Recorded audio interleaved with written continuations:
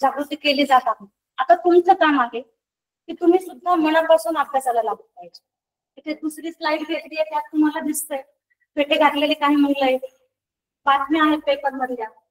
गुणवत्ता यादीत 1065 विद्यार्थी समजले. आमच्या तापडे तालुक्यातल्या सोमठाणे नलवडे या शाळेची बातमी आहे. राष्ट्रीय दृष्ट्या गुरुकुल घटक परीक्षेत सोमठाणे नलवडे शाळेचे घवघवीत यश. आणि हे सगळं शक्य झालंय ते आपल्या या मिशन आरंभ या उपक्रमात. मग आता तुम्हाला काय करायचं, इथे जे काही फोटो दिसत आहेत ते पुढच्या वर्षी या ठिकाणी तुमचे फोटो मला सर्वांचे पाहिजे. 500 विद्यार्थी आहेत, फोटो घ्यायला सुद्धा जागा कमी पडली पाहिजे, एवढे सगळ्यांचे तुमचे फोटो झळकले पाहिजे. तुमच्यामुळे तुमचं, तुमच्या पालकांचं, वर्ग शिक्षकांचं, शाळेचं आणि गावाचं नाव झळकलं पाहिजे. ठीक आहे. मग यासाठी काय करायचंय तुम्हाला, इथे दिसतंय तुम्हाला GOAL, गोल. गोल म्हणजे मराठीत त्याला म्हटलं जातं ध्येय. एक ध्येय निश्चित करायचं. काय असणार आहे आपल्या पुढे ध्येय? पात्रता सगळे होणार आहात तुम्ही, गुणवत्ता यादीत आलेले मुले आहात. आता आपलं ध्येय असलं पाहिजे राज्य गुणवत्ता यादी. आपले भारताचे माजी राष्ट्रपती आणि प्रसिद्ध शास्त्रज्ञ डॉक्टर APJ अब्दुल कलाम यांचं एक प्रसिद्ध वाक्य आहे. त्यांनी म्हटलंय, not failure but low aim is the crime. मराठीत काय की अपयश हा काही गुन्हा नाहीये, पण तुम्ही जर तुमचं ध्येय छोटं ठेवलं तर तो मात्र खूप मोठा गुन्हा आहे. म्हणून आपल्याला सुरुवातीपासूनच आपलं ध्येय एकदम उच्च ठेवायचंय. राज्य गुणवत्ता यादी हे आपलं ध्येय असलं. मग त्यासाठी काय करणार? यश कसं मिळवायचं त्याची छोटी आकृती इथे दिलेली आहे किंवा चित्र दिलेलं आहे. छोटी आकृती आहे, स्टार्ट पासून सुरुवात केली आहे आणि सगळ्यात वरची पायरी आहे सक्सेस. स्टार्ट तर सुरुवात केली आहे आपण, एप्रिल पासूनच आपले ऑनलाईन क्लास सुरू झाले आहेत. जवळजवळ 20% आपला पोर्शन पूर्ण झालेला आहे. पुढची पायरी आहे थिंक. थिंक म्हणजे विचार करणे. तोही आपण करतोय. आपल्याला काय काय अभ्यासायचंय, कुठले कुठले घटक अभ्यासायचे आहेत. अनालिसिस केलंय आपण. अनालिसिस म्हणजे विश्लेषण. कुठल्या घटकाला किती वेळ द्यायचा आहे. मराठी सोपं जात आहे मला, इंग्रजीला वेळ देणार आहे मी जास्त. बुद्धिमत्ता अवघड जात आहे, गणित अवघड जात आहे. त्या 2 विषयांसाठी मी माझा जास्त वेळ देणार. हे सगळं आपण अनालिसिस केलंय. प्लॅनिंग सुद्धा केलंय. जिल्हा परिषदेने आपल्या प्रत्येक महिन्याची दिशादर्शिका तुमच्या समोर ठेवलेली आहे. प्रत्येक महिन्यात काय काय शिकवलं जाणार आहे. ऑनलाईन तासिका चालू आहे. दर महिन्याच्या शनिवारी, शेवटच्या शनिवारी तुमच्यासाठी परीक्षा आयोजित केलेली आहे. हे सगळं प्लॅनिंग केलेलं आहे. तुमची वेळ आहे आता प्लॅनिंग करायची. जसं आम्ही प्लॅनिंग केलेलं आहे, तुम्ही तुमच्या आठवड्याभराचं एक प्लॅनिंग तयार करा. कोणत्या दिवशी कुठला अभ्यास करणार. ठीक आहे. आता इथून पुढे मात्र तुमच्या हातात सगळं आहे. ट्राय म्हणजे प्रयत्न करणे. डू म्हणजे करा, करत राहा. डू अगेन, करत राहा. Keep on doing. जर तुम्ही या पायऱ्या चढत गेल्या तर यश तुमच्यापासून लांब आहे. यश तुम्हाला हमखास मिळणार. या आकृतीचा स्क्रीनशॉट घेता असेल तर घेऊन ठेवा आणि तुमच्या जिथे तुम्ही अभ्यास करताय तिथे लावून ठेवा. याने काय होईल, आपल्याला हे कीप ऑन डुईंग हे खूप महत्वाचं आहे. काय होतं, परीक्षेत कधी कधी कमी मार्क मिळाले की मुलं लगेच अपयश म्हणजे नाराज होतात. अरे मला हे नाही आलं. पण असं खचून जायचं नाहीये, प्रयत्न चालू ठेवायचे. ठीक आहे. यश तुमच्यापासून लांब राहणार.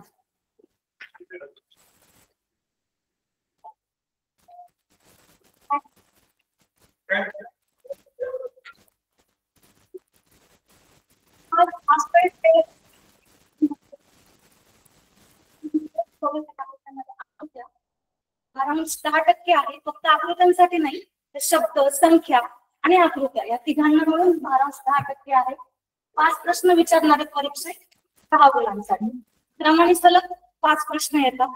त्यामध्ये काही आकृत्या विचारतील, काही शब्दांमधले संबंध विचारतील आणि काही आकृत्या, शब्द आणि संख्या या 3 ह्याच्यावर हे प्रश्न विचारले जातात. तुम्हाला मी आताच सांगितलं की तुम्हाला एक ध्येय निश्चित करायचंय. आपलं ध्येय आहे राज्य गुणवत्ता यादी. त्याचबरोबर इथे ही जवाहर नवोदय विद्यालय टाकळी जोगेश्वर इथली इमारत दिसते. हे सुद्धा आपलं महत्वाचं ध्येय आहे. इथे आपला नंबर लागला पाहिजे. यावर्षी 56 विद्यार्थी जिल्हा परिषदेचे निवडले गेले. पुढच्या वर्षी पूर्ण 60 जागा आपल्या जिल्हा परिषदेच्या मुलांनी घेतल्या पाहिजे, हे एक आपलं ध्येय असलं पाहिजे. तर तुम्ही या जवाहर नवोदय विद्यालयाचा अभ्यासक्रम बघितला, त्याच्यामध्ये मानसिक क्षमता परीक्षण, अंकगणित परीक्षण आणि भाषा परीक्षण असे 3 विषय आहेत. तुम्ही जर बघितलं मानसिक क्षमता परीक्षण, यामध्ये फक्त आकृत्या आहेत. आकृत्यांवर आधारित वेगवेगळे प्रश्न आहेत त्याच्यामध्ये. मग ते जलप्रतिबिंब असेल, पाण्यातलं प्रतिबिंब असेल, आरशातल्या प्रतिमा असतील, किंवा आकृतीत लपलेला भाग, समान पद ओळखा, 2 आकृत्यांमधला समसंबंध ओळखा, असे 40 प्रश्न 50 गुणांसाठी आहेत. मग जर आकृत्यांवर इतका भर दिलाय, मुलांना काय वाटतं आकृत्या म्हणजे काही पाठांतर करायची गरज नाही, कुठले कॅल्क्युलेशन्स नाही, फक्त पाहायचं आणि उत्तर लिहायचं. पण सोपं म्हणून मुलं चुका करतात. मग त्या सगळ्या चुका होऊ नयेत म्हणून काय करायचं हे आपण आज पाहणार आहोत. शिवाय या घटकाला फक्त परीक्षेपुरता मर्यादित ठेवायचं नाही आपल्याला, ही आपली सुरुवात आहे. स्कॉलरशिप असू द्या, नवोदय असू द्या, तुम्ही पहिल्यांदा राज्यस्तरावरची परीक्षा देताय ऑनलाईन, सॉरी ऑफलाईन असो किंवा ऑनलाईन असो, राज्यस्तरावरची पहिली परीक्षा तुम्ही देताय आयुष्यात. मग ही सुरुवात आहे, आपल्याला पुढे आणखी भरपूर परीक्षा द्यायच्या आहेत. मग परीक्षेपुरता आपल्याला विचार करायचा नाही, तर या सगळ्या घटकांचा आपल्या दैनंदिन जीवनाशी सुद्धा खूप मोठा संबंध आहे. कसा? कालच एक प्रसंग घडला. काल बाजारचा दिवस होता, आम्ही सगळे फाट्यावर थांबलो होतो. शाळेत जाणारी मुलं होती, बाजारला जाण्यासाठी सगळे आबालवृद्ध तिथे जमले होते, बसची वाट पाहत. आजीबाई सुद्धा उभ्या होत्या. आणि एवढ्यात काय झालं, जोरदार इतक्या फास्ट 2 तरुण आले, आजीबाईंच्या गळ्यातलं मंगळसूत्र जोरात ओढलं आणि ते निघून गेले वेगात. हे कळायच्या आत आजीबाई खाली कोसळल्या, आरडाओरडा सुरू झाला, कोणालाच काही कळेल, सगळी धावपळ सुरू झाली. तेवढ्यात कोणीतरी पोलिसांना फोन केला. पोलिसही लगेच आले. पोलिसांनी ट्रॅफिक चौकशी केली, कोण होते तरुण, किती होते, तुम्ही चेहरा पाहिला का, तुम्ही ते चित्र बघताय, हेल्मेट घातलं होतं, मास्क वगैरे होते त्या चोरांना, त्यामुळे कुणीच त्यांचा चेहरा पाहिला नाही किंवा ओळखलं नाही त्यांना. सगळे शांत होते, सगळे गडबडून गोंधळून गेले होते. आजीबाईंची घाबरले होते प्रचंड, त्यांची मदत करण्यात गुंगले होते. त्या चोरांकडे कुणाचं काही लक्ष गेलं नव्हतं. इतक्यात एक छोटा मुलगा धाडसाने पुढे आला आणि त्या पोलिसांना म्हणाला, काका मी एक तुम्हाला माहिती देऊ शकतो, मी त्या गाडीचा नंबर प्लेट पाहिला. सगळ्यांना आश्चर्य वाटलं थोडा वेळ. तर मुलाने जो गाडीचा नंबर सांगितला होता तो पहा काय होता. तो नंबर होता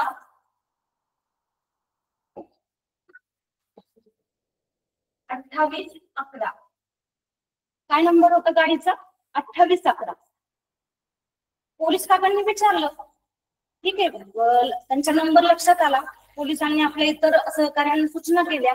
थोडाच वेळात तो चोर पकडला गेला, मुद्देमाला सकट. आजीबाईंचं मंगळसूत्रही त्याने परत केलं.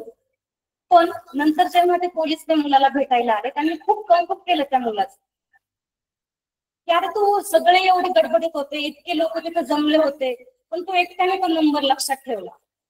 तेव्हा त्या मुलाने उत्तर दिलं, काका मी काय करतो, रोज ऑनलाईन क्लास जॉईन करतो. आमच्या अहमदनगर जिल्हा परिषदेने मिशन आरंभ हा उपक्रम सुरू केला आहे. त्यात रोज ऑनलाईन उपक्रम आहेत, ऑनलाईन तास चालू आहेत आमचे. आणि आमच्या सरांनी शिकवलंय की 2 संख्यांमधला संबंध कसा शोधायचा. कालच्याच तासाला मी शिकलो होतो हे. मी काय केलं, मी लक्षात ठेवलं 2 चा घन 8, 2 चा घन 8 येतो आणि 1 चा घन येतो 1. मी हा संबंध तो नंबर पाहिल्याबरोबर माझ्या डोक्यात लक्षात आला, 2 चा घन 8 आणि 1 चा घन 1. आणि त्यामुळे मी हा नंबर लक्षात ठेवला 2811. सगळ्यांनी जोरात टाळ्या वाजवल्या, त्या मुलाचं कौतुक केलं आणि आपल्या ह्या मिशन आरंभ या उपक्रमाचं, आपल्या ऑनलाईन तासांचं सुद्धा कौतुक केलं. मला सांगायचं एवढंच आहे की हा आपला जो सगळा अभ्यासक्रम आहे त्याचा उपयोग आपल्या दैनंदिन जीवनात सुद्धा निश्चित होतो. 21व्या शतकातले कौशल्य सांगितले आहे, त्याला आपण 4C म्हणतो. क्रिटिकल थिंकिंग आहे, कोलॅबोरेशन आहे, म्हणजे फोर्सेस विकसित होण्यासाठी सुद्धा हे खूप महत्वाचं आहे.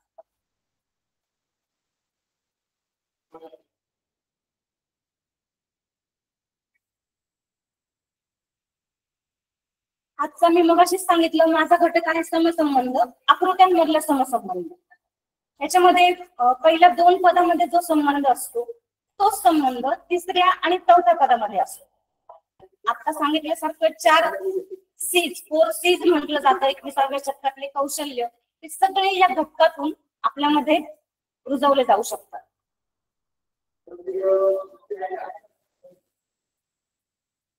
आता हा घटक शिकताना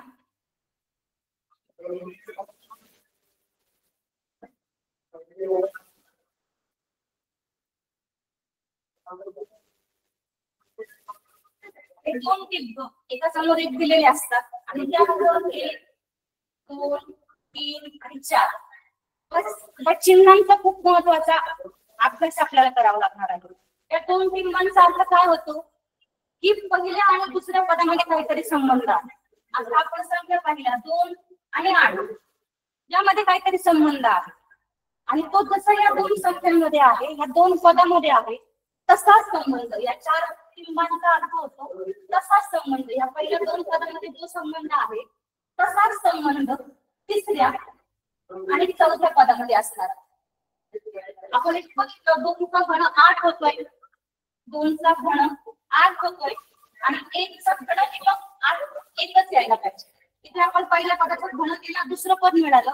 तसंच तिसऱ्या पदाचा सुद्धा आपल्याला घन करायचा आहे आणि मग आपल्याला चौथं पद मिळणार आहे. शब्द संख्या दोन्हीकडे हे चिन्हाचा अर्थ तुम्ही समजावून घेतला पाहिजे.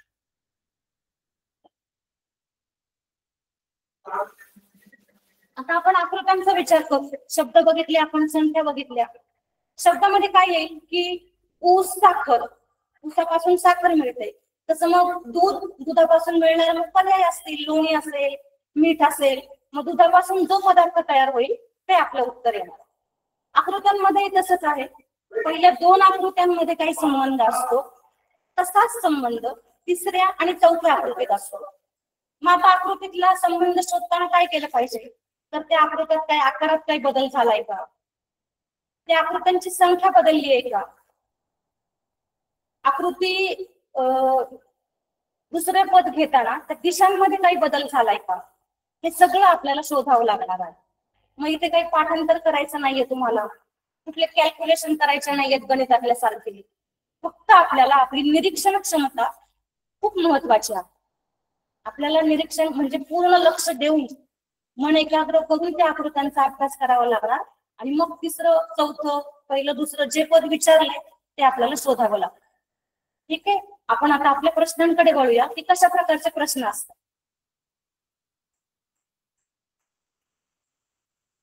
नमुना प्रश्न दिले तिथे मी. प्रश्न कशा प्रकारे येतो, पहिल्या पदाचा जो संबंध दुसऱ्या पदाशी आहे तसाच संबंध तिसऱ्या पदाचा चौथ्या पदाशी आहे. तर प्रश्नचिन्हाच्या जागी येणारी आकृती ओळखा.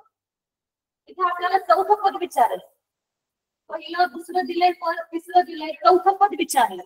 कधी कधी तिसरं पद विचारतील, कधी दुसरं विचारतील आणि कधी पहिलंही विचारलं जाऊ शकतं. प्रश्नचिन्ह कुठं आहे हे नीट पाहून. ठीक आहे, आपण आता हे चौथं पद काय आहे याचा विचार करू. प्रश्न सोडून दिलेला आहे हा. पहा, जर तुम्ही आकृत्या पाहिल्या, बाणासारखं चिन्ह आहे. इथे 1, 2 आणि 3 बाणासारखे आकार आहेत किंवा कोणासारखे आकार आहेत. 3 पहिल्या पदात. दुसऱ्या पदात काय झालंय, एक पद वाढलंय. 1, 2, 3, 4 म्हणजे पहिल्या पदापेक्षा दुसऱ्या पदात एक आकृती वाढली, एक चिन्ह वाढले. ठीक आहे, मग असंच दुसऱ्या पदात, तिसऱ्या पदात आणि चौथ्या पदात झालं पाहिजे की तिसऱ्या पदापेक्षा चौथ्या पदामध्ये एक आकृती वाढली पाहिजे. तिसऱ्या पदात बघतोय आपण 2 चौरस आहेत, मग चौथ्या पदात 3 चौरस यायला पाहिजे. पर्याय क्रमांक कोणता येईल, पर्याय क्रमांक येईल 1. सोपा प्रश्न होता.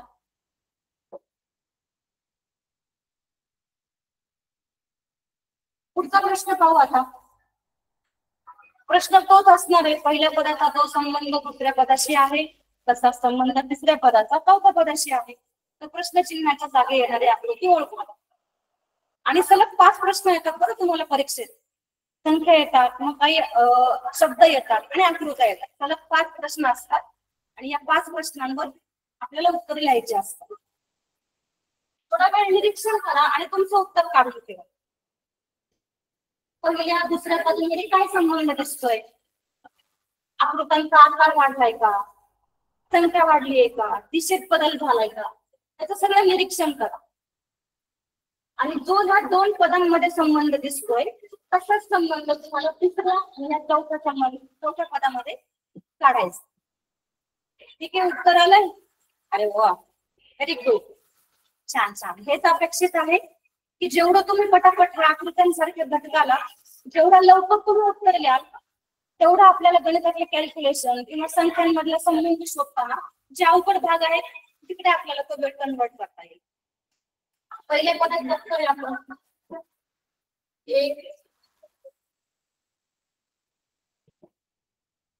3 रेषा आहेत पहिल्या पदात, 1 2 3. दुसऱ्या पदात काय झालंय? 2च रेषा उरल्या आहेत, 1 रेष कमी झाली. तसंच तिसऱ्या पदापेक्षा चौथ्या पदात एक रेष कमी झालेली पाहिजे. किती रेषा आहेत? 1 2 3 4 आणि 5. मग चौथ्या पदात एक रेष कमी करा, 4च रेषा असल्या पाहिजे. कुठला पर्याय आहे असा?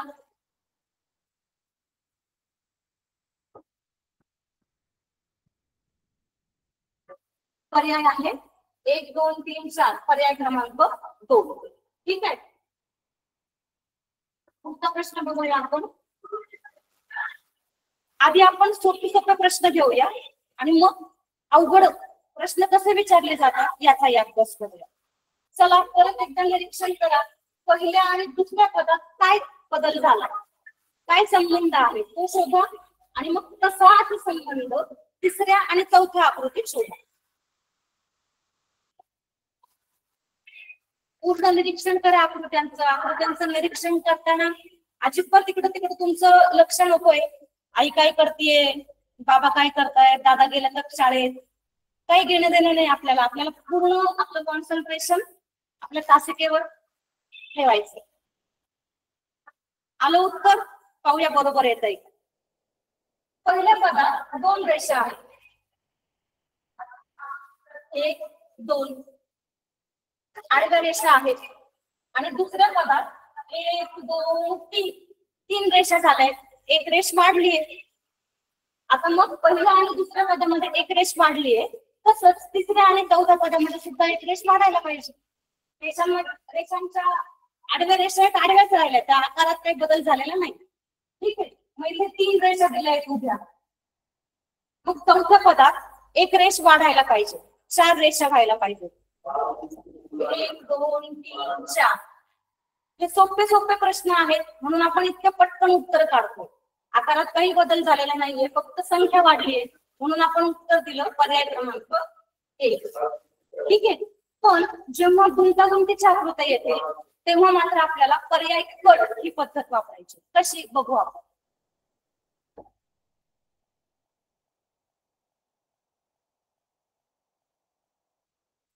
परत एकदा निरीक्षण करा पहिल्या पदाचं दुसऱ्या पदाचं काय संबंध दिसतोय. काही सोपा प्रश्न आहे, पण पर्याय कट पद्धत कशी वापरायची हे आपण इथून पाहूया.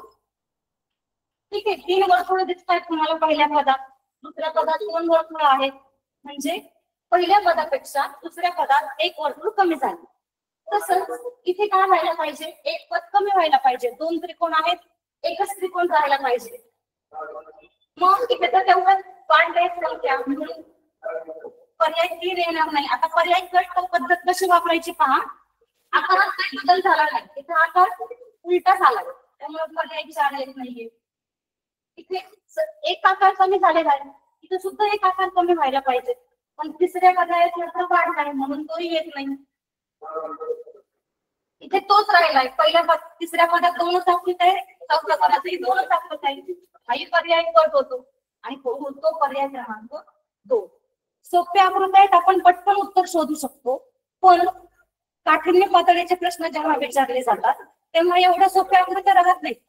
तेव्हा काय होतं, आकृत्यांमध्ये आकृत्या, एकात एक आकृत्या, वेगवेगळे चिन्ह येतात, त्यांचा आकार घड्याळाच्या दिशेने ते आपण बघणार आहोत प्रश्न आल्यावर.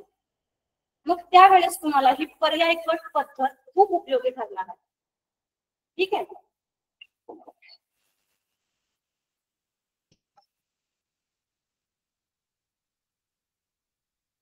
चला पुढचा प्रश्न येतोय तुमच्या समोर. परत एकदा निरीक्षण करा. निरीक्षण करताना बरेच मुलं काय करतात, तिन्ही पर्याय तिन्ही पद बघतात आणि काहीतरी संबंध लावतात. असं नाही करायचं. पहिलं पद दुसरं पद याचाच विचार करा. काय संबंध आहे याच्यामध्ये हाच विचार करा. पूर्ण निरीक्षण करा आकृत्यांचं. आकार बदललाय का, संख्या बदलली आहे का, त्यांची दिशा बदलली आहे का, या सगळ्या बाबी बारकाईने पहा. ठीक आहे, आलाय संबंध लक्षात आला असं तुम्ही गुणवत्ता यादीतले मुलं आहात. इतका वेळ लागला नाही तुम्हाला हा प्रश्न सोडवता आणि बरोबर उत्तर दिलेलं असणार याची पण मला खात्री आहे. बघू आपण काय होतंय. पहा, पहिलं पद जे आहे त्याच्यामध्ये 4 रेषा आहेत. 1 2 3 4.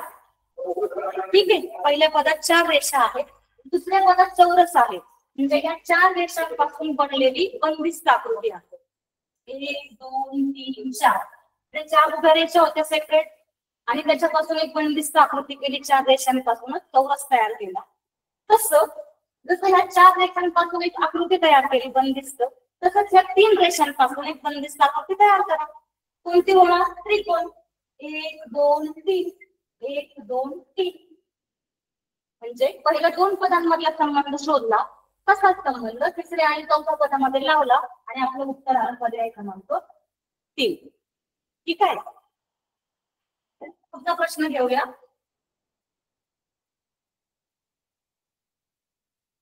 प्रश्नाचं स्वरूप परत ते आकृत्या दिसतात तुम्हाला व्यवस्थित.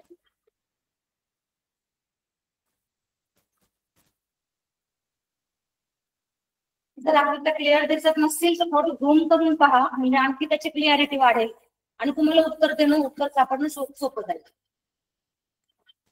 विचार करताना फक्त पहिलं पद आणि दुसरं पद याचा विचार करा. आपल्याला चौथं पद विचारलंय.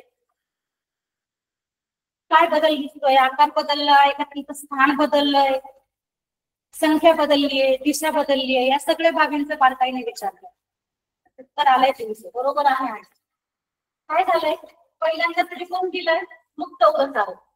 आता दुसऱ्या पदात काय झालं, त्यांचे स्थान बदललं, जागा बदलली, अल्टापालट झाली आहे. चौकोन 2 नंबरला आहे तर 1 नंबरला आले आणि त्रिकोण पहिल्या क्रमांकावरून दुसऱ्या क्रमांकावर. ठीक आहे, तसंच मी हे होणार तिसऱ्या आणि चौकोमध्ये त्या 2 आकारांचा फक्त क्रम बदलला. म्हणजे जे कार आहे तो 1 नंबरला येईल आणि वर्तुळ 2 नंबरला. कुठला पर्याय मासा? पर्याय क्रमांक आहे तो.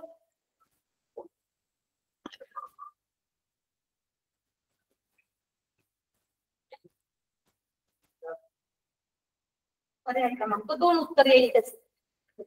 ठीक आहे, इथे पण पर्याय कट पद्धत वापरायला सोपं जाणार आहे आपल्याला. हा स्टार आकार आलाय, तिन्ही पर्याय स्टार आकार नाहीयेत म्हणून तिन्ही पर्याय कट होत आहे आणि उत्तर उरत आहे आपलं 1.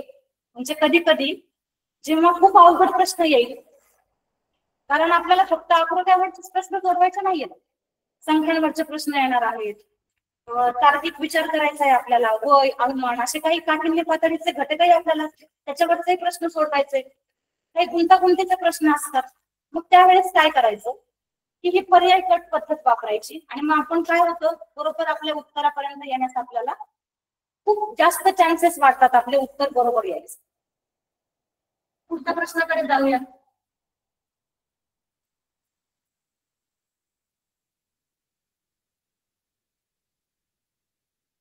सातवा नंबर प्रश्न बघतोय आपण. 6 प्रश्न सोडून घेतलेत. आता तुमच्या बऱ्यापैकी लक्षात आलं असेल की कसा प्रश्न सोडवायचा आहे. इथे आता आकृती तर आहेच, पण आकृत्यांमध्ये परत काय केले, संख्या टाकल्यात. या संख्यांमधला सुद्धा संबंध तुमच्या लक्षात आला पाहिजे.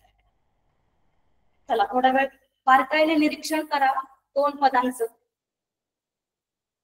परत सांगतेय, हा प्रश्न सोडवताना पहिल्या 2 पदामध्ये जे दिलेलं आहे त्याचाच विचार आधी करायचा.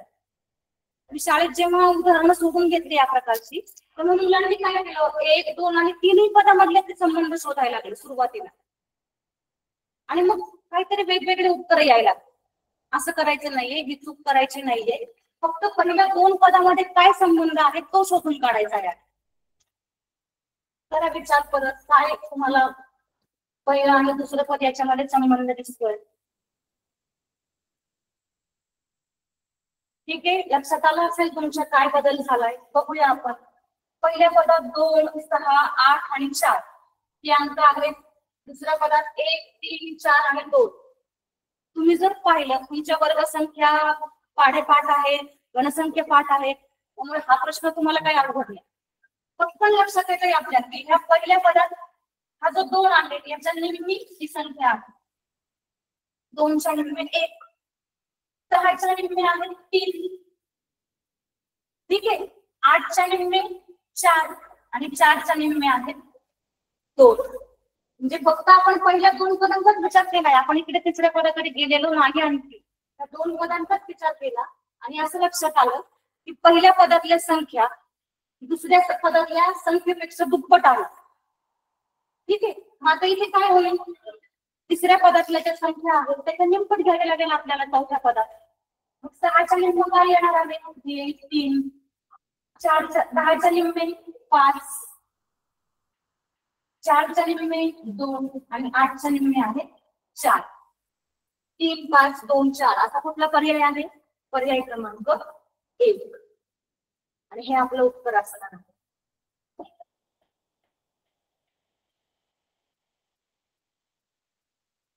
छान सोडवताय सगळे मुलं, व्हेरी गुड. आता आकृत्यांवरचा प्रश्न सोडवताना तुमच्या बऱ्यापैकी लक्षात आला असेल की सोपा घटक आहे, पण सोपा म्हणून आपण त्याच्याकडे ओव्हर कॉन्फिडन्स व्हायचं मध्ये जायचं नाहीये की नाही मला येतंय खूप सोपं आकृती म्हणजे, असं नाही करायचं. हा प्रश्नही तितक्याच बारकाई नाही पण वेगाने सोडवायचा आहे. पुढचा प्रश्न पहा, आकृत्यांचं निरीक्षण करा आणि ठरवा उत्तर काय येईल, चौथं पद काय येईल.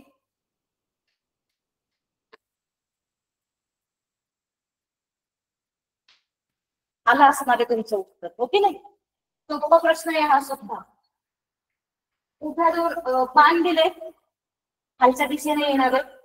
दुसऱ्या पदात काय झालंय, पानांची दिशा बदलली आहे. ठीक आहे, पानातलं प्रतिबिंब आहे, जलप्रतिबिंब आहे.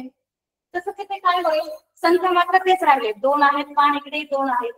इथे आता 3 आहेत.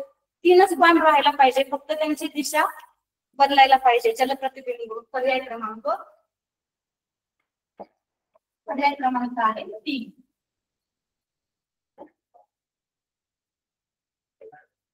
पर्याय क्रमांक 2 सॉरी. ठीक आहे, पुढचा प्रश्न पाहूया.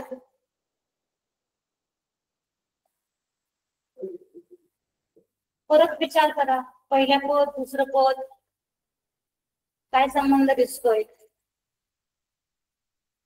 आकार बदललाय का, स्थान बदललंय का, त्याची दिशा बदलली आहे का, या सगळ्या बाबींचा विचार करा आणि उत्तरापर्यंत या.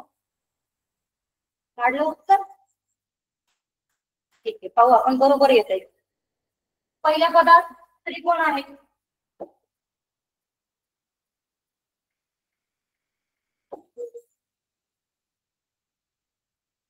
त्रिकोण आहे हा. दुसऱ्या पदात चौरस झालाय. त्रिकोणाला 3 बाजू आहेत, चौरसाला 4 बाजू आहेत, म्हणजे एक बाजू वाढली आहे. तसंच तिसऱ्या पदापेक्षा चौथ्या पदामध्ये सुद्धा एक बाजू काय होणार आहे, वाढणार आहे. 4 बाजू आहेत या चौरसाला. चौथ्या पदातली जी आकृती येणार आहे तिला 5 बाजू हव्यात. पर्याय 1 कट होतोय, 2 कट होतोय, अशात कोण आहे, काही कट होतोय आणि आपलं उत्तर येत आहे पर्याय क्रमांक 3. ठीक आहे,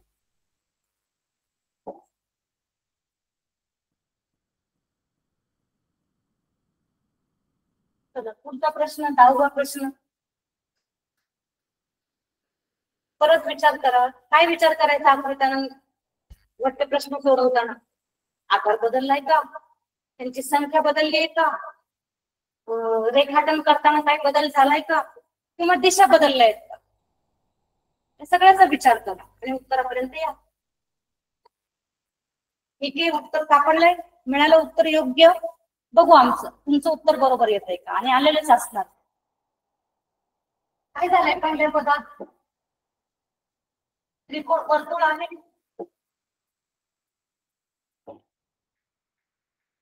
आणि वर्तुळात त्रिकोण नाही काढलाय.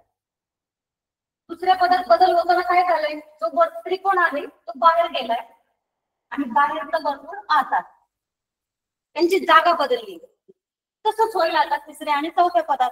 जे दोन आकार दिले त्यांची जागा बदलणार. वर्तुळ आहे ते आत जाईल आणि हा जो चौरस आहे तो बाहेर येईल. कुठला पर्याय असा? पर्याय क्रमांक आहे तो. एक कट होतोय कारण एकात एक दोन वर्तुळ आले, दुसरा एक काही संबंध नाहीये, चौथाही नाही. पर्याय क्रमांक 2 हे आपलं योग्य उत्तर आहे. पण बऱ्याच वेळा काय होतं, मी आत्ताच सांगितलं तुम्हाला, मुलं काय करतात, आपण काय म्हटलं की खूप सोपा प्रश्न, पटपट उत्तर लिहायचं, काही कॅल्क्युलेशन नाही, पाठांतराची गरज नाही, पाहायचं आणि उत्तर लिहायचं. पण या घाईत काय होतं, आणि मग अशी आत्ताच सांगितलं मी तुम्हाला की फक्त आकृत्यांवरचे प्रश्न सोडवायचे नाहीयेत आपल्याला, तर वेगवेगळे कॅल्क्युलेशन्स करावे लागणार आहेत, काही काठिण्य पातळीचे प्रश्न आहेत तेही सोडवावे लागणार आहेत. खूप 1.5 तासात सोडवायचं आहे आणि तुम्हाला हे सगळं. मग त्यावेळेस काय होतं, थोडं एक दडपण असतं, वातावरण वेगळं असतं, आणि मग या वातावरणात काय होतं, आपल्याकडून काही चुका घडतात. त्याचं एक उदाहरण म्हणजे 12th फेल पिक्चर. तुम्ही पाहिला असेल, नसेल पाहिला, जेव्हा तुम्हाला वेळ मिळेल तेव्हा नक्की हा 12th फेल हा पिक्चर तुम्ही पहा. तुम्हाला हे सुचवेल की पहा. काय सांगितलं या पिक्चर मध्ये, तर एक पोलीस अधिकारी आहेत मनोज कुमार शर्मा, तर त्यांच्या जीवनावर आधारित हा पिक्चर बनवलेला आहे. मनोज कुमार शर्मा हे एकदम ग्रामीण भागातले, अत्यंत गरीब परिस्थितीतून त्यांनी मनात ध्येय बाळगलं होतं की मला कोणीतरी मोठं व्हायचंय, अधिकारी व्हायचं. तुम्हाला सांगितलं आहे की गोल सेट करायचंय आपल्याला, तसं त्यांनी त्यांचं गोल सेट केलं होतं की मला एक अधिकारी बनायचंय, पोलीस अधिकारी बनायचं. मग ग्रामीण भागातला कुठलंही मार्गदर्शन नाही, काही नाही, असा हा मुलगा क्लास वगैरे लावण्यासाठी दिल्लीपर्यंत पोहोचतो. तिथेही अत्यंत कष्ट करत दिवसभर काम करायचं, रात्री अभ्यास करायचा, आणि अशा परिस्थितीतून अधिकारी होण्यासाठी एक महत्वाची परीक्षा असते युपीएससी. तुम्ही नाव ऐकलं असेल, एमपीएससी, युपीएससी. तर केंद्रीय लोकसेवाची जी परीक्षा होती युपीएससी, ती त्यांनी पूर्व परीक्षा असते ती पास केली. आता मेन परीक्षा, मुख्य परीक्षा असते, लेखी परीक्षा असते, ही मोठे मोठे उत्तर लिहावे लागतात पूर्ण अभ्यास करून, तर ती देण्यासाठी गेले. तिथे प्रश्न आला की टुरिझम यावर एक मोठी टीप लिहा. टीप लिहा म्हणजे 2-3 पानात त्याचं उत्तर लिहिणं अपेक्षित असतं. प्रश्न काय विचारला होता? टुरिझम. पहा इथे स्पेलिंग लिहिते मी टुरिझम.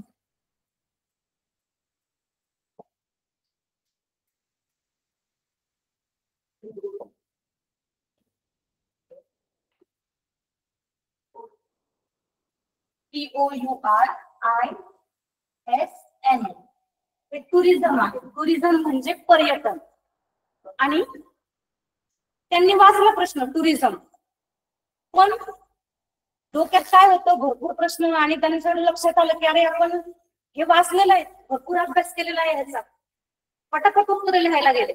पण वाचताना त्यांच्याकडून एक चूक झाली. टुरिझम ऐवजी त्यांनी वाचलं टेररिझम. टेररिझम टेररिझम म्हणजे दहशतवाद.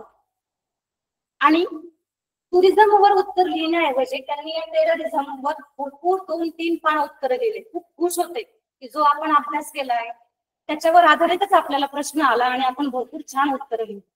पेपरची वेळ संपली, पेपर पूर्ण वेळेत त्यांनी कव्हर केला, बाहेर गेले. तुमचे कसे मित्र तुम्हाला विचारतात अरे कसा गेला पेपर, तसे ह्यांच्याही मित्रांनी सगळ्यांनी विचारलं की कसा गेला पेपर तुला. खूप खुश होते मनोज कुमार शर्मा. सांगितलं खूप सोपा होता, टेररिझमवर मी इतकं लिहिलं आणि एवढं मुद्देसूद लिहिलं की म्हणजे यावेळेस सिलेक्शन नक्की आहे. सगळे मित्र हसायला लागले. त्यांना वाटलं काय झालं, ते म्हणे अरे बघ तू पेपर कसा आहे, टेररिझमवर नाही विचारलेला प्रश्न, प्रश्न विचारलाय टुरिझमवर आणि तू उत्तर लिहिलंय टेररिझमवर. डोक्याला हात मारून घेतला त्यांनी की अरे आपण घाईत काय करून बसतो. मग आपले आणि काय व्हायचा तोच परिणाम झाला. त्या वर्षी त्यांचं सिलेक्शन झालं नाही. त्यांना परत परीक्षा द्यावी लागली. मात्र त्यांनी, आपण मगाशी सांगितलं, सक्सेसचा मंत्र सांगितला आपण, की फक्त प्रयत्न करून सोडून द्यायचे नाहीये, करत राहा. Do do again, do again and again. तसंच त्यांनी केलं. परत परत परत ते परीक्षा देत राहिले आणि त्यांना यश मिळालं. ते मोठे पोलीस अधिकारी झाले. मग तसं आपले टुरिझम, टेररिझम यासारख्या चुका होऊ नये म्हणून प्रश्न किंवा ती आकृती एकदम शांतपणे एकाग्रतेने वाचायची आहे, समजून घ्यायची. ठीक आहे. चला पुढचा प्रश्न पहा आता. आणि आता उत्तर देताना टुरिझम, टेररिझम यासारखे चूक करू नका. ठीक आहे. पहा, पहिलं पद, दुसरं पद याच्यामध्ये काय संबंध दिसतोय, तसा संबंध तिसरं आणि चौथं पद याच्यामध्ये आपल्याला शोधायचा आहे. हे करताना जर एखादी आकृती किचकट आली तर पर्याय कट पद्धत वापरा, की हे उत्तर येऊ शकत नाही, हे सुद्धा उत्तर येऊ शकत नाही. मग दोन पर्याय उरतील आणि त्यातून योग्य पर्याय निवडा. ठीक आहे. उत्तर आलंय. काय झालं या दोन पदांमध्ये बघूया आपण. इथे एम काढलाय, बरोबर.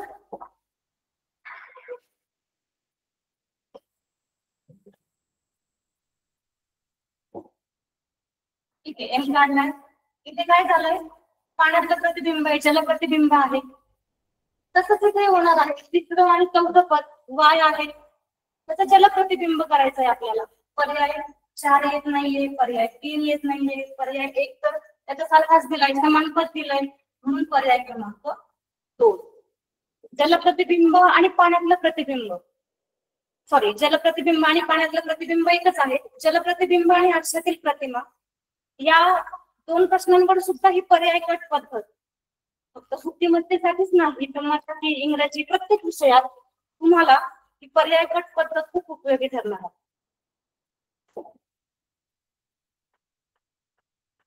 चला पुढचा प्रश्न बघूया.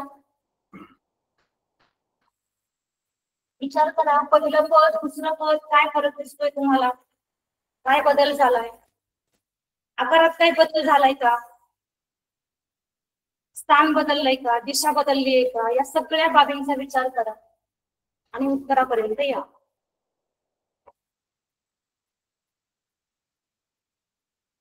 ठीक आहे, उत्तर आलंय. बघूया बरोबर येत आहे का आपण. काय झालंय बघा पहिल्या आणि दुसऱ्या पदात.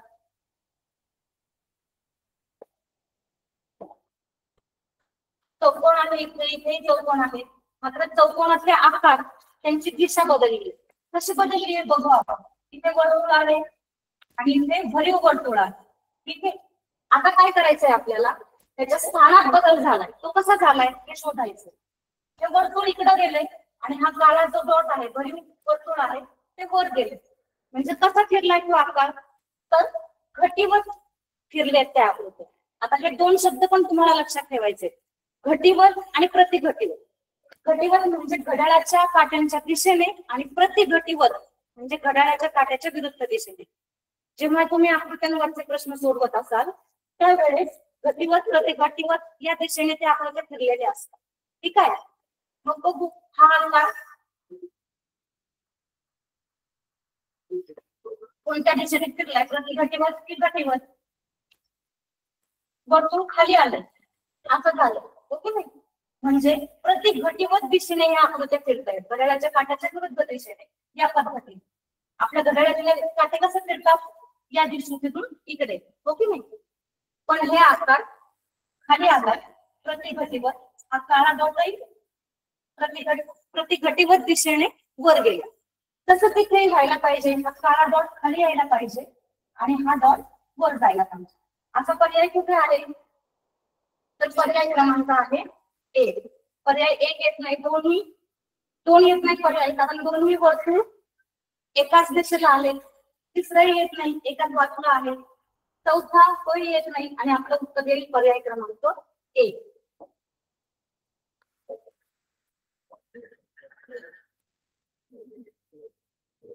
पुढचा प्रश्न बघा. पहिलं पद आणि दुसरं पद काय संबंध दिसतोय विचार करा. जो संबंध या दोघांमध्ये शोधून काढलाय तसाच तिसऱ्या आणि चौथ्या पदामध्ये शोधून काढा. ठीक आहे, उत्तर आलंय. बघूया काय झालंय.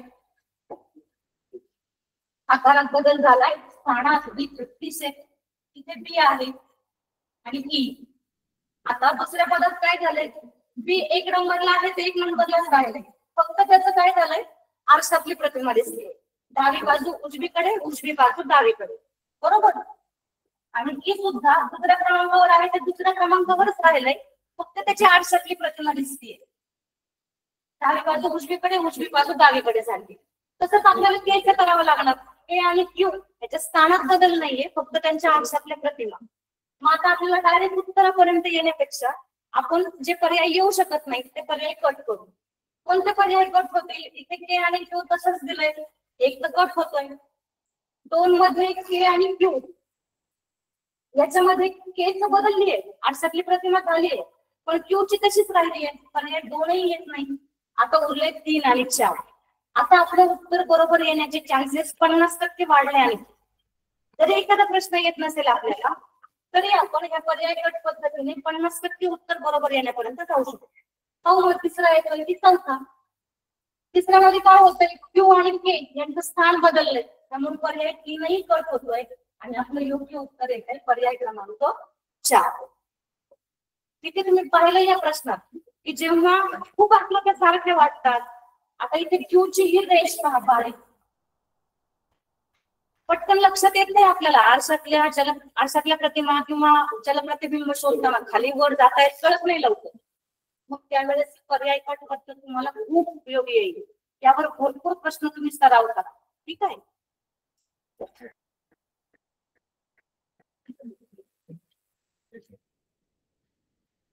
पुढचा प्रश्न पाहू आपण. परत विचार करा, पहिलं पद दुसरं पद. तुम्ही म्हणाल आज काय आहे, पहिलं पद दुसरं पद हेच चालणार आहे का? पण जेवढा जास्तीत जास्त सराव कराल ना मुलांना, तेवढं तुम्हाला त्या यशापर्यंत जायला सोपं जाणार आहे. स्टार्ट तर केलंय आपण, प्लॅनिंग केलंय, पण आता आपल्याला try do again and again, आणि मग आपल्याला ते सक्सेस करणार आहे. मग आपण राज्य गुणवत्ता यादीत येणार आहोत. एका पुस्तकाला सगळ्या आकृत्या सोडून झाल्या तिथपर्यंत थांबायचं नाहीये. वेगवेगळे संदर्भ ग्रंथ वापरा. भरपूर प्रकाशनाची पुस्तकं आहेत तुमच्यासाठी. आपल्या वेबसाईटवर एज्यू प्रायमरी ही नावाची झेडपीची वेबसाईट आहे, त्याच्यावर सुद्धा ऑनलाईन प्रश्नपत्रिका आहेत, वेगवेगळ्या संदर्भ साहित्य आहे, ते अभ्यासा. त्यातले जास्तीत जास्त प्रश्न सोडवा आणि यशापर्यंत जा. ठीक आहे, उत्तर आलंय. बघा काय झालंय. आपल्याला फक्त पहिलं आणि दुसरं पद याचाच विचार करायचा.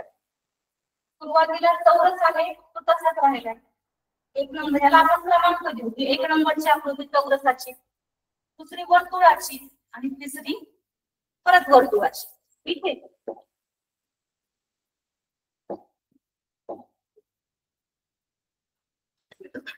माझं काय झालंय, आता वर्तुळ 2 नंबरला होतं.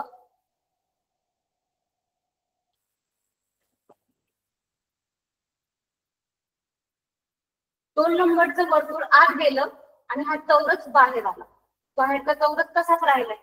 तसंच तिसऱ्या आणि चौथ्या पदामध्ये व्हायला पाहिजे. बाहेरचा चौरस तसाच राहायला पाहिजे, फक्त आतले 2 पद आहेत त्याच्यामध्ये बदल व्हायला पाहिजे, त्यांच्या स्थानात बदल व्हायला पाहिजे. त्रिकोण बाहेर येतो आत जाईल, चौरस बाहेर येईल. आता कुठला पर्याय आहे मग, पर्याय क्रमांक आहे 2. ठीक आहे.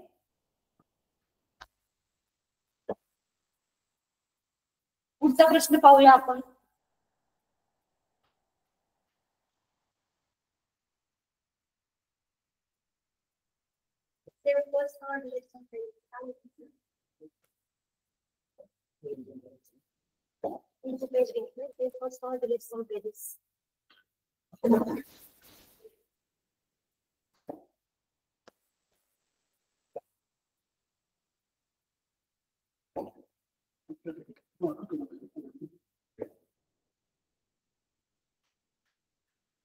सॉरी, थोडा टेक्निकल अडचण आली होती त्यामुळे थोडा वेळ लागला. पुढचा प्रश्न पाहू आपण. परत बघा, तिसरं आणि पहिलं आणि दुसरं पद याचा काय संबंध शोधा. तसाच संबंध तिसऱ्या आणि चौथ्या पदात. सांगा उत्तर काय घेतलंय.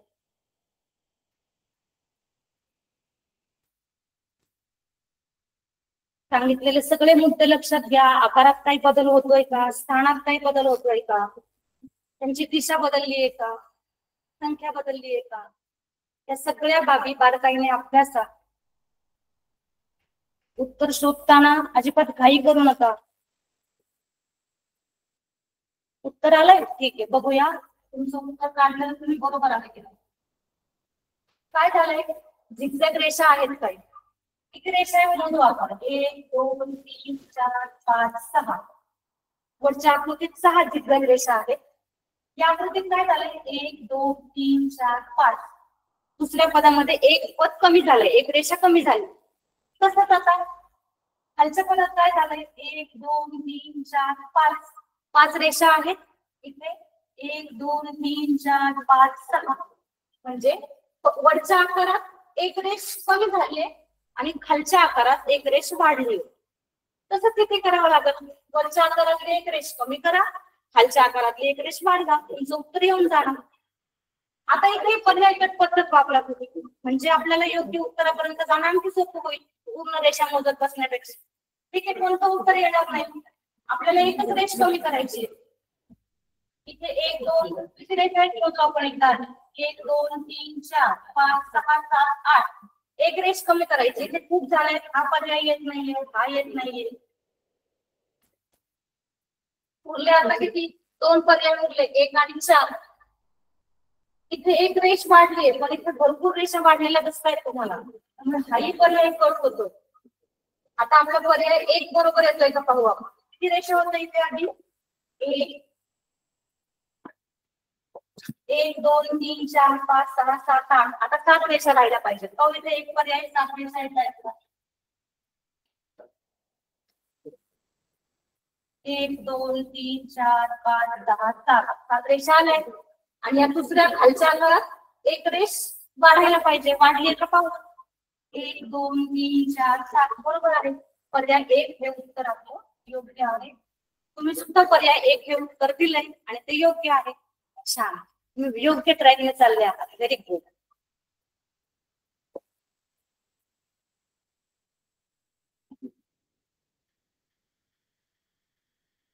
पुढचा प्रश्न पहा,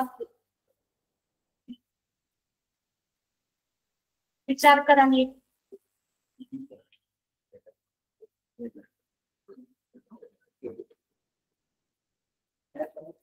आकृत्या क्लिअर दिसत नसतील तर तुम्ही सुद्धा थोडं झूम करा तुमचा स्क्रीन. ठीक आहे, उत्तर आलंय. काय झालंय पहा या ह्याच्यात.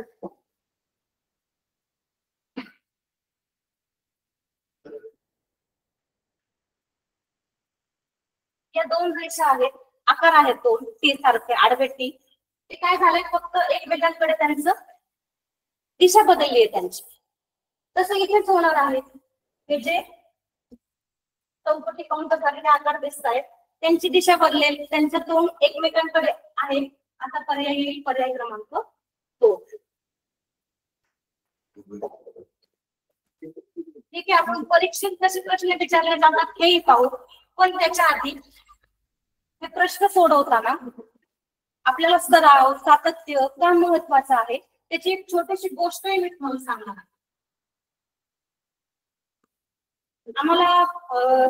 आम्ही शाळेत असताना आम्हाला धडा होता. त्याचे चित्रात दिसतात की नाही, हे आहेत पाणिनी ऋषी, लहानपणचे पाणिनी ऋषी. त्यावेळेस आश्रम पद्धती होती.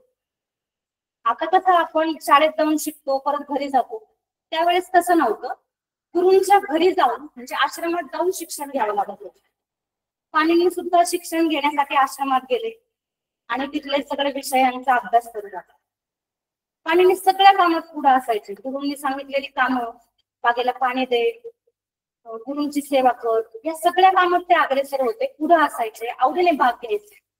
पण संस्कृत म्हटलं की त्यांना खूप भीती वाटायची संस्कृत विषयांची. कारण संस्कृत हा एक विषय आहे. मराठी, इंग्रजी, हिंदी या भाषेसारखाच संस्कृत हा सुद्धा एक विषय आहे. आता 8वी 9वी 10वीला काही शाळांमध्ये शिकवलं जातं. तर या संस्कृत शब्दांमध्ये काय असतं, भरपूर शब्दांचे रूप ते पाठ करावे लागतात. पाठांतरावर भर दिलेला आहे संस्कृत भाषेमध्ये. आणि पाणिनींना याचीच भीती होती पाठांतराची. त्यांना पाठांतर करायला अजिबात आवडत नव्हतं, येत नव्हतं. त्यामुळे तो विषय म्हटला की पाणीनी घाबरून जायचे किंवा नाराज असायचे.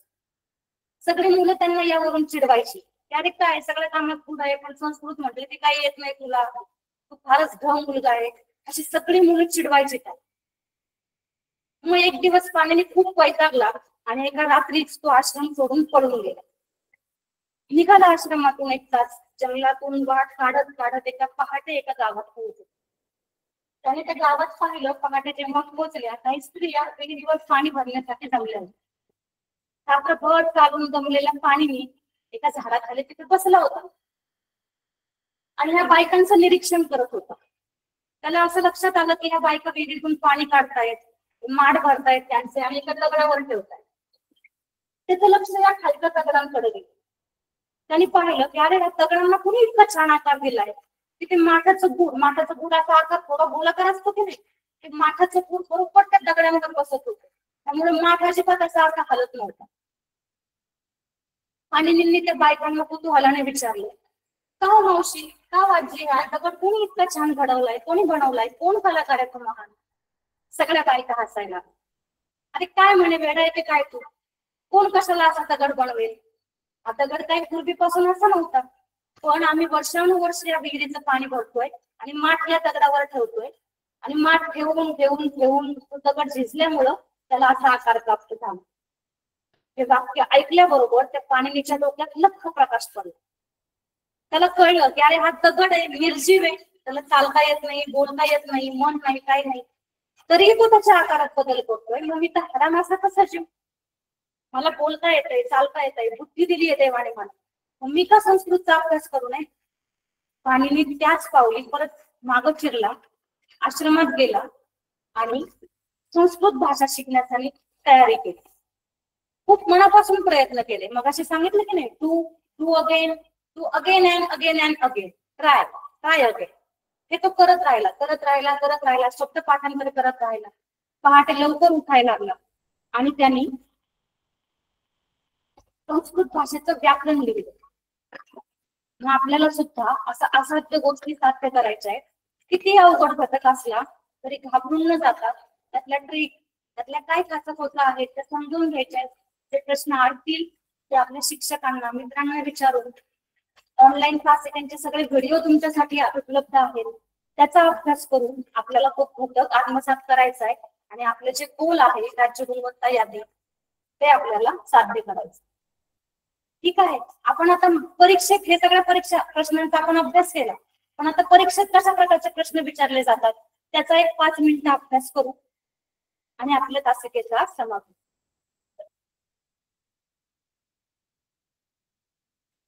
2017 पासून शिष्यवृत्ती परीक्षा इयत्ता 5वी साठी सुरू झालेली आहे. मागच्या वर्षीचा पेपर फेब्रुवारी 2025, त्याच्यामध्ये पहा कशा प्रकारचा प्रश्न विचारला गेला होता. प्रश्नांचं स्वरूप तेच असणार आहे की पहिल्या पदाचा जो संबंध दुसऱ्या पदाशी आहे तसाच संबंध तिसऱ्या पदाचा चौथ्या पदाशी आहे, तर प्रश्नचिन्हाच्या जागी येणारी आकृती ओळखा. मग असे सांगितले तसं 5 प्रश्न असतील, काही संख्या, काही शब्द आणि काही आकृती. तर 2025 सालच्या प्रश्नपत्रिकेत आलेला हा प्रश्न आहे.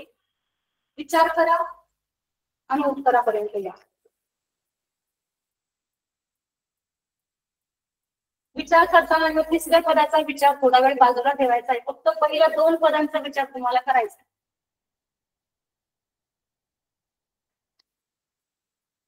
ठीक आहे, उत्तर आलेलं असतात. बघूया काय होत आहे, काय झालंय पहिल्या 2 पदांमध्ये बदल.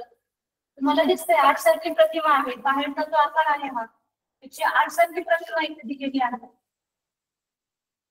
मात्र दुसरा जो आकार आहे त्याचं काय झालंय, फक्त वरचा तो व्हाईट हा इथे भाग दिसतोय तो खाली आलेला आहे, ते जलप्रतिबिंब आहे. कसं तिथेही व्हायला पाहिजे, बाहेरचा आकार तोच राहिला पाहिजे, त्याचं आरशातली प्रतिमा दिसली पाहिजे आणि आतल्या भागाची पाण्यातली प्रतिमा दिसली पाहिजे, पाण्यातलं प्रतिबिंब दिसलं पाहिजे.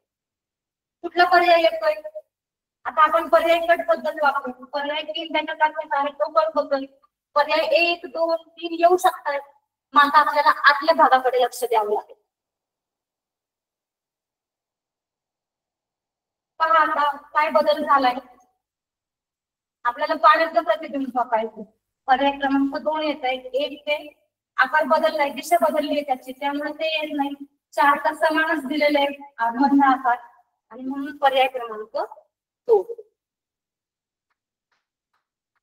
ठीक आहे, उत्तर बरोबर आलंय सगळ्यांचं. व्हेरी गुड, छान. खूप छान प्रकारे तुम्ही आजचे प्रश्न सोडवले, त्याबद्दल सगळ्यांचं एकदा अभिनंदन. पुढचा प्रश्न पाहू आपण, फेब्रुवारी 24 मध्ये आलेला.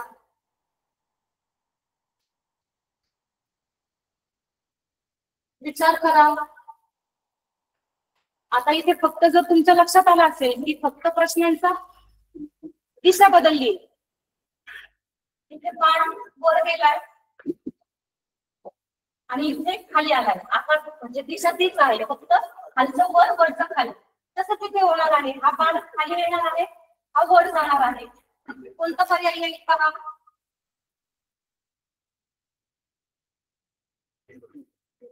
बरोबर सांगताय, हा आकार खाली येणार पाहिजे इथे, हा आकार वर गेला पाहिजे इथे, त्रिकोण वर आणि हे खाली, असा पर्याय आहे. पर्याय क्रमांक 4. ओके.